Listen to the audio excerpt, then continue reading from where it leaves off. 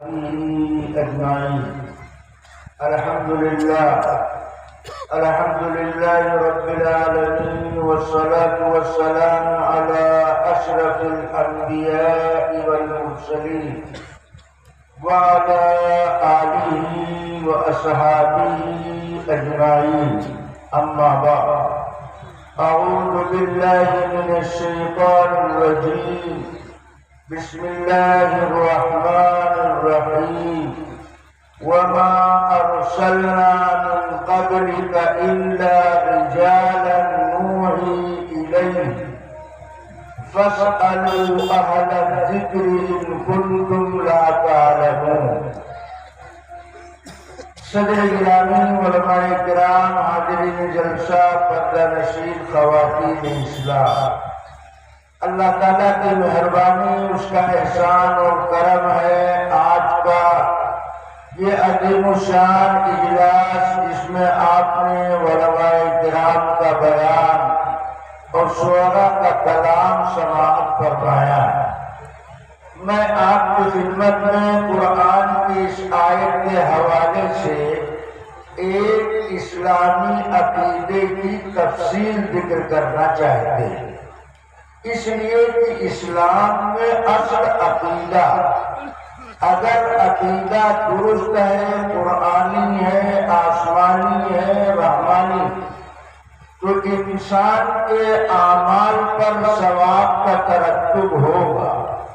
اور اگر عقیدہ لٹا بکا ہٹا، قرآن اسلام سے پھرا ہوا، تو عمل چاہے جتنا لمبا چوڑا کیوں نہ انجام دیتا ہو، اس کو حبہ برابر اجر ملنے والا نہیں. اس لیے بنیادی طریقے سے ہر مسلمان کا عقیدہ اسلامی اور قرآنی ہونا چاہیے. عمل کی کوتاہی، اس کے مقابلے میں عقیدے کی بربادی، یہ سراپا ہلاکت اور تباہی کی پہچان. اس لیے آپ اس خاص عقیدے کی بات کو توجہ سے سماعت فرمائیں کہ میں کہنا کیا چاہتا ہوں. آدمی جب دین کی بات متوجہ ہو کر سنتا تو بات سمجھ میں آتی، اور جب بات سمجھ میں آتی ہے تو عمل کرنے کا جذبہ، داعیہ، شوق، طلب، تڑپ، تمنا اس کے اندر پیدا ہوتی. اور اگر اس نے بات کو نہیں سمجھا تو سننے کا ثواب مل جائے گا، عمل کا جذبہ دل میں پیدا نہیں ہوگا. اس لیے دین کی بات متوجہ ہو کر سننا چاہیے. دین کے ہم محتاج ہیں، دین ہمارا محتاج نہیں.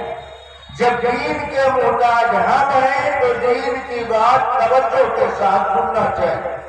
جو آدمی متوجہ ہو کر سنتا ہے اس کی سمجھ میں بات آتی، اور جو متوجہ ہو کر نہیں سنتا اس کے کھوپڑے سے بات کراس کر جاتی. پھر قرآن حدیث کی بات، ایمان اور اسلام کی بات اگر بغیر توجہ کے سنی جائے گی تو بات سمجھ میں نہیں آئے. ایک مرتبہ حضور پاک علیہ السلام کی خدمت میں نبی کی بیویاں تشریف فرما تھی، یعنی امہات المومنین، تمام مسلمان مردوں اور عورتوں کی روحانی ماں. نبی کی بیویوں میں سے ایک بیوی نے اللہ کے پیغمبر سے سوال کیا کہ اللہ کے نبی یہ بتائیے کہ آپ کی موجودہ بیویوں میں سب سے پہلے کس کا انتقال ہوگا؟ تو اللہ کے نبی نے جواباً ارشاد فرمایا، کُنَّ أَطْوَلُ يَدًا، جس کا ہاتھ لامبا ہوگا اس کا انتقال پہلے ہوگا. نبی کا یہ جواب سن کر نبی کی بیویوں نے آپس میں اپنا ہاتھ ناپنا شروع کیا. کسی نے دھاگا لے کر کے ناپا، کسی نے لکڑی لے کر کے ناپا، کسی نے دیوار ہاتھ میں ٹیک کر کے ناپا. جب نبی کی بیویوں نے آپس میں ہاتھ نپول کیا تو پتہ چلا حضرت سودا رضی اللہ تعالیٰ عنہ کا ہاتھ سب سے لمبا. مگر انتقال سب سے پہلے حضرت سودا کا نہیں ہوا، بلکہ سب سے پہلے انتقال حضرت زینب کا ہوا۔ جب حضرت زینب کا انتقال سب سے پہلے ہوا تو نبی کی بیویاں سوچ میں پڑ گئی کہ نبی کے فرمانے کا ہم نے صحیح مطلب نہیں سمجھا۔ ہاتھ کی لمبائی سے گوشت ہڈی والے ہاتھ کی لمبائی مراد نہیں، نبی نے یہ جو فرمایا جس کا ہاتھ لمبا ہوگا اس کا انتقال پہلے ہوگا۔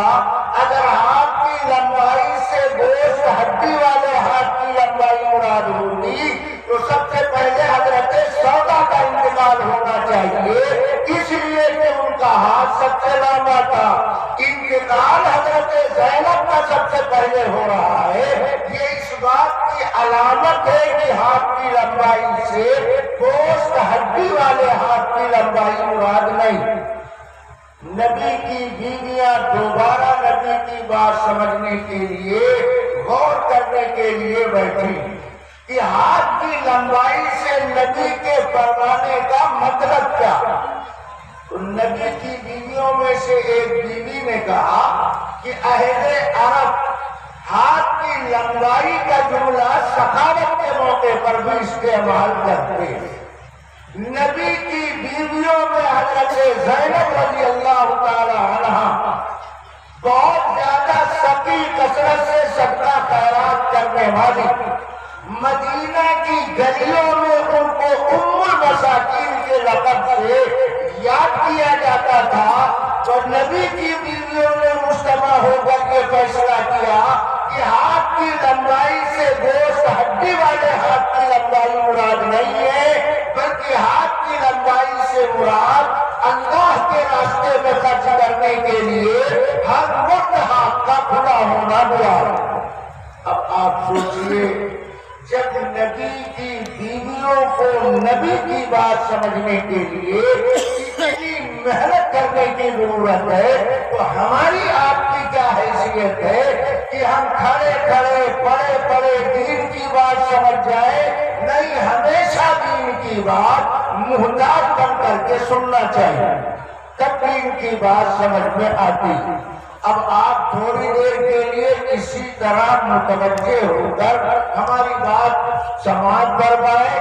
ایک بات میں عرض کرتا ہوں، ہم آپ اچھی طرح یہ بات جانتے ہیں کہ اللہ کی مخلوقات میں حضرت انسان سب سے محترم مقررہ، تو اللہ نے ارشاد فرمایا وَلَقَدْ كَرَّمْنَا بَنِي آدَمَ کہ ہم نے بنی آدم کو سب سے محترم مقرر بنایا۔ تمام مخلوقات میں حضرت انسان یہ سینئر مخلوق کہلاتی ہے۔ حالانکہ مخلوقات کی دنیا میں جیسے خاکی مخلوق ہے ایسے نوری مخلوق ہے، ایسے ناری مخلوق ہے، ایسے آبی مخلوق ہے، مگر تمام مخلوقات میں سب سے سینئر مخلوق حضرت انسان۔ انسان کو مخلوقات میں سینئر کیوں کہا گیا؟ اس لیے کہ انسانوں کے علاوہ، دھیان سے ہماری باتوں میں کیا کہہ رہا ہے، انسان کے علاوہ کسی مخلوق کو اللہ نے بولنے کی طاقت عطا نہیں فرمائی۔ انسان کے علاوہ کسی مخلوق کو لکھنے پڑھنے کی صلاحیت اللہ نے عطا نہیں فرمائی۔ انسان کے علاوہ کوئی مخلوق اپنی دلی مراد اور اپنی بات کو اشارے سے سمجھا نہیں سکتی ہے۔ یہ کمال اللہ نے صرف حضرت انسان کو عطا فرمایا۔ انسان کے علاوہ دنیا میں جتنی مخلوق ہے ہر مخلوق مفرد غذا استعمال کرتی ہے۔ کوئی گھاس کھاتا ہے، کوئی کچا گوشت کھاتا ہے، مگر انسان مرکب غذا استعمال کرتا ہے۔ انسان کے علاوہ کوئی مخلوق اپنی غذا پکا کے استعمال نہیں کرتی ہے۔ یہ کمال خصوصیت اللہ نے صرف اور صرف انسانوں کو عطا فرمایا۔ تو جو مخلوقات کی دنیا میں اتنی سینئر ہے اور اتنا امتیاز اپنے اندر رکھتی ہے، اللہ اس مخلوق کو ناباری چھوڑنے والا نہیں۔ اسی کی رہبری رہنمائی کے لیے اس دنیا میں جو سلسلہ جاری کیا، اللہ نے کتاب نازل فرمائی اور اللہ نے نبی بھیجا، یہ بات آپ جانتے ہیں۔ لیکن آگے جو میں کہنے جا رہا ہوں یہ بات کم لوگ جانتے ہیں، دھیان سے سنو۔ اللہ نے انسانوں کی رہبری کے لیے کتاب نازل کیا، نبی بھیجا۔ سوال یہ پیدا ہوتا ہے اللہ کی کتاب کے بعد اللہ کے نبی کی کیا ضرورت ہے؟ اللہ کے نبی کے آ جانے کے بعد اللہ کی کتاب کی کیا ضرورت ہے؟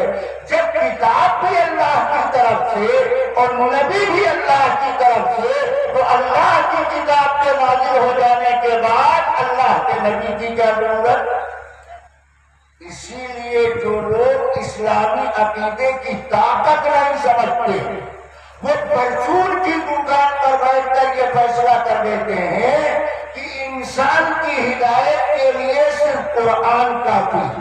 اگر کوئی یہ بکواس کرتا ہے تو وہ سراپا برائی کے اندر ہے۔ ہدایت کے لیے صرف کتاب کافی نہیں ہے، کتاب کے ساتھ ساتھ صاحب کتاب کا ہونا بھی ضروری ہے۔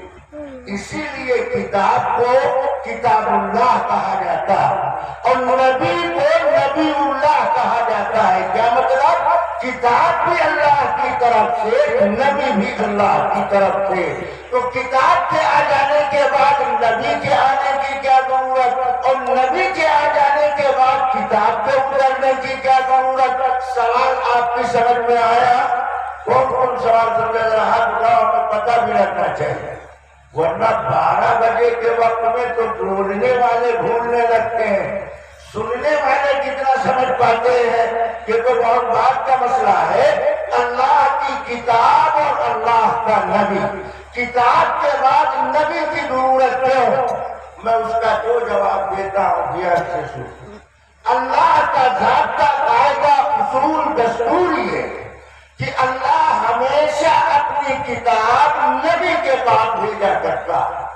اللہ کتاب پہاڑ پر نازل نہیں کرتا، اللہ کتاب فرشتے کے حوالے نہیں کرتا، اللہ کی کتاب ہمیشہ اللہ کے نبی کے پاس آتی۔ تورات موسیٰ کے پاس، انجیل عیسیٰ کے پاس، زبور داؤد کے پاس، قرآن اللہ کے نبی کے پاس۔ معلوم کیا ہوا؟ اگر نبی نہیں ہوگا تو اللہ کی کتاب مل نہیں سکتی۔ اللہ کی کتاب کے لینے کے لیے ضروری ہے اللہ کے نبی کا واسطہ، بغیر نبی کے اللہ کی کتاب نہیں مل سکتی ہے۔ اس لیے اللہ کتاب بھی نازل کرتا ہے اور اللہ نبی بھی مبعوث کرتا ہے۔ یہ بات سمجھ میں آئی ہے؟ آگے سمجھیے، اللہ کی کتاب میں کون سی کمی ہے جو نبی آ کر کے اس کمی کو دور کر دے گا؟ ہم نے مانا کہ نبی کے بغیر کتاب نہیں ملے گی، نبی کے اوپر ہی کتاب آتی ہے، اگر نبی نہیں ہوگا تو کتاب نہیں ہوگی۔ مگر نبی آ کر کے کتاب کی کمی کو دور کر دیتا ہے یا کتاب آ کر کے نبی کی کمی کو دور کرتی؟ یہ کتاب اور نبی دونوں ضروری کیوں؟ دوسرا جواب، کتاب اور نبی ضروری کیوں؟ اس لیے کہ کتاب نبی کا تعارف کراتی ہے کہ نبی کیسا ہوگا، نبی کی شان کیا، نبی کی پہچان کیا۔ نبی کی پہچان کیا یہ اللہ کی کتاب بتاتی ہے اور کتاب کا تعارف اللہ کا نبی کراتا ہے۔ گویا کتاب اور نبی دونوں آپس میں لازم ملزوم ہے۔ کتاب کو نبی سے الگ نہیں کیا جا سکتا اور نبی کو کتاب سے الگ نہیں کیا جا سکتا۔ کتاب نبی کا تعارف کراتی ہے اور نبی اللہ کی کتاب کا تعارف کراتا ہے۔ اس کو آپ دوسری طرح سمجھیے کہ کتاب نبی کا تعارف کراتی ہے اور نبی اللہ کی کتاب کا تعارف کراتا ہے۔ نبی کے بغیر اللہ کی کتاب کو سمجھا نہیں جا سکتا۔ جاہل کی جنت میں وہ لوگ رہتے ہیں، بیوقوفوں کی جنت میں ٹھکانہ تلاش کرتے ہیں، وہ یہ کہتے ہیں ہم اللہ کی کتاب کو اپنی معلومات کے ذریعے سے سمجھیں گے۔ نبی کے بغیر اللہ کی کتاب کو سمجھا نہیں جا سکتا۔ آپ کہیں گے مولانا آپ جو بیک گراؤنڈ قائم کر رہے ہیں یہ تو قرآن کی آیت کے خلاف۔ کیوں؟ اللہ قرآن میں کہتا ہے وَلَقَدْ يَسَّرْنَا الْقُرْآنَ کہ ہم نے قرآن کو آسان بنایا۔ تو جب قرآن آسان ہے تو قرآن کو سمجھنے کے لیے نبی کے واسطے کی کیا ضرورت؟ آسان چیز تو ہر آدمی سمجھ سکتا ہے۔ قرآن کی اس آیت کا یہ مطلب نہیں ہے وَلَقَدْ يَسَّرْنَا الْقُرْآنَ کہ قرآن کو آسان بنایا، یہ اس آیت کا مطلب نہیں ہے، بلکہ اس آیت کا مطلب یہ ہے اللہ کہتے ہیں وَلَقَدْ يَسَّرْنَا الْقُرْآنَ لِلذِّكْرِ کہ ہم نے قرآن کو آسان بنایا ذکر کے لیے۔ اب ذکر کس کو کہتے ہیں؟ تو مفسرین نے ذکر کے دو معنی لکھے۔ ذکر کا ایک معنی ہے یاد کرنا۔ اب آیت کا مطلب کیا نکلے گا کہ قرآن آسان ہے یاد کرنے کے لیے۔ بچہ یاد کرنا چاہے، بچی یاد کرنا چاہے، بوڑھا یاد کرنا چاہے، جوان یاد کرنا چاہے، بینا یاد کرنا چاہے، نابینا یاد کرنا چاہے، قرآن آسان ہے یاد کرنے کے لیے۔ یہ ہے آیت کا مطلب۔ یہ مطلب نہیں ہے کہ جو چاہے وہ قرآن سمجھ لے، بلکہ آیت کا مطلب ہے قرآن آسان ہے یاد کرنے کے لیے۔ چنانچہ آج نابینا بھی آپ کو حافظ قرآن مل جائے۔ تورات امور کا نابینا حافظ، اگر نابینا تو بہت دور کی بات ہے، بینا حافظ بھی تورات امور کا آپ کو نہیں ملے گا۔ قرآن آسان ہے یاد کرنے کے لیے ایک مطلب یہ، اور ذکر کا ایک دوسرا معنی، ذکر کا دوسرا معنی ہے نصیحت حاصل کرنا۔ اب آیت کا مطلب کیا نکلے گا کہ اللہ نے قرآن کو آسان بنایا نصیحت حاصل کرنے کے لیے۔ اب قرآن کے اس دعوے کو دیکھو اور قرآن کی آیتوں پر نظر ڈالو تو مطلب آسانی کے ساتھ سمجھ میں آئے گا کہ قرآن آسان ہے نصیحت حاصل کرنے کے لیے۔ قرآن میں اللہ تعالیٰ نے 6,666 آیتیں نازل فرمائی، مگر ان تمام تر آیات میں کچھ آیتوں میں اللہ نے اپنی قدرت عجائبات کا تذکرہ کیا، کچھ آیتوں میں اللہ نے جنت و جہنم کا تعارف کرایا، کچھ آیتوں میں اللہ تعالیٰ نے علامات قیامت کا تذکرہ کیا، مگر قرآن کی 6,000 سے زائد آیات میں 500 آیتیں وہ ہیں جن کا تعلق احکامات سے۔ قرآن کی 500 آیتوں میں اللہ تعالیٰ نے احکام و مسائل بیان کیا۔ قرآن کی اس کے علاوہ کی آیتوں میں اللہ نے گزری ہوئی قوموں کے واقعات، انبیاء کے حالات، اپنی قدرت عجائبات کا تذکرہ کیا۔ ان کا سمجھنا آسان ہے، مگر قرآن کی 500 آیتوں میں جو اللہ نے احکام بیان کیا، مسائل بیان کیا، ان کا سمجھنا آسان نہیں ہے۔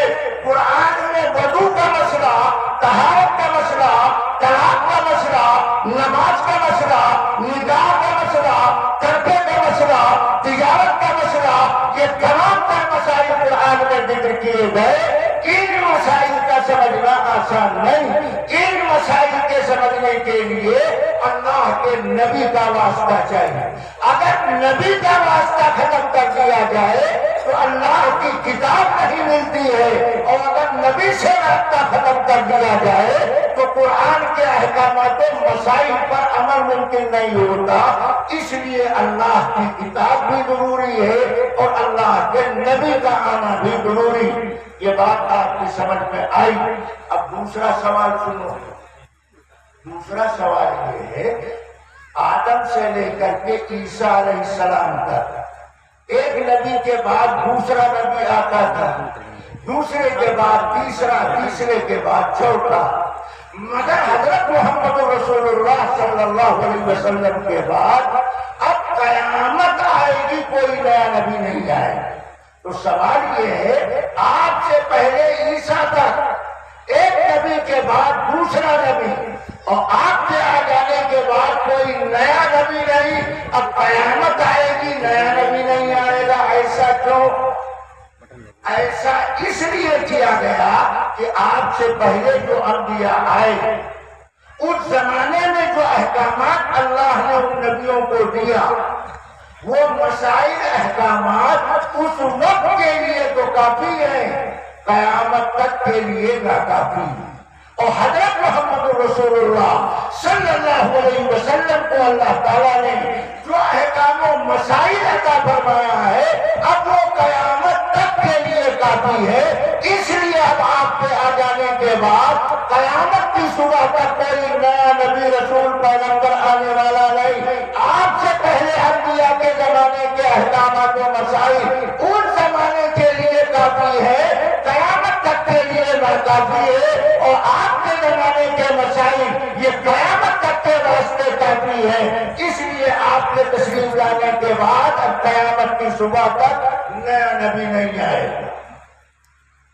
لوگ اس بات کو سمجھتے نہیں۔ دیکھو آدم علیہ السلام کی شریعت میں سگے بہے بھائی بھائی بہن کا رشتہ جاری ہے۔ حضرت ابراہیم علیہ السلام کی شریعت میں دو سگی بہنوں کا ایک نکاح میں جمع کرنا جائز، مگر آخری نبی کی شریعت میں سگے بھائی بہن کا رشتہ ناجائز، ایک نکاح میں دو بہنوں کا جمع کرنا حرام ناجائز۔ وہ مسئلہ اس زمانے کے لیے کافی ہے، آج کے واسطے ناکافی۔ اس لیے اللہ تعالیٰ نے نبی بھیجا اور نبی کے ساتھ ساتھ اللہ نے اپنی کتاب دی۔ نبی کہتے کس کو ہیں؟ نبی ہوتا کون ہے؟ یہی سوال، اس کا جواب اس آیت میں اللہ نے ذکر کیا ہے۔ قرآن کی یہ آیت ایک سوال کے جواب میں اللہ تعالیٰ نے نازل فرمایا۔ تو سنیے، نبی کے واسطے انسان ہونا ضروری، نبی کے واسطے انسان ہونا ضروری۔ اگر کوئی نبی کے انسان ہونے کا انکار کرتا ہے، میں دعوے سے یہ بات کہتا ہوں اس کا ایمان باقی نہیں رہ سکتا۔ حضرت آدم علیہ السلام سے لے کر حضرت عیسیٰ علیہ السلام تک کوئی مائی تعالیٰ ایک نبی کا تذکرہ کرے جو نبی ہو انسانی جماعت سے وہ تعلق نہ رکھتا۔ نبی کے لیے انسان ہونا شرط ہے، انسان ہوگا وہی نبی بنے گا، اگر انسان نہیں ہے اس کو نبوت نہیں ملے گی۔ کیوں؟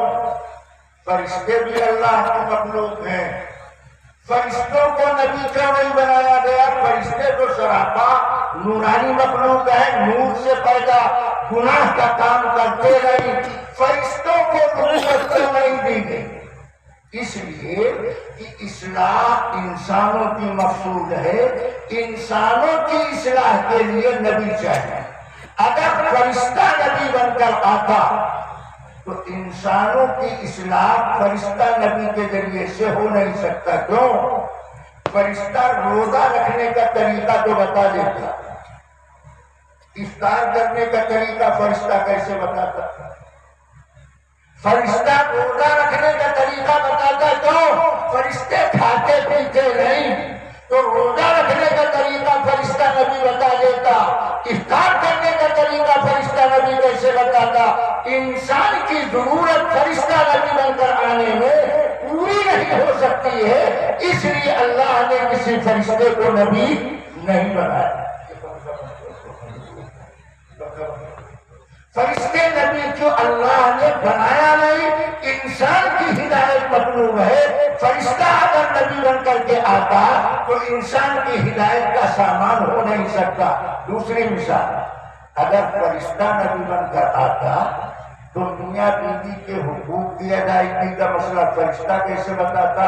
اس لیے کہ فرشتوں کے ہاں بیوی بچے اولاد نہیں، وہ نبی بن کر آتا تو انسان کی زندگی کا ایک بڑا حصہ بیوی بچوں سے متعلق ہے، اس بڑے زندگی میں فرشتہ نبی انسان کے لیے عملی نمونہ پیش نہیں کر سکتا تھا، اس لیے اللہ نے انسانوں کی ہدایت کے لیے انسان کو نبی بنایا، فرشتے کو نبی نہیں بنایا۔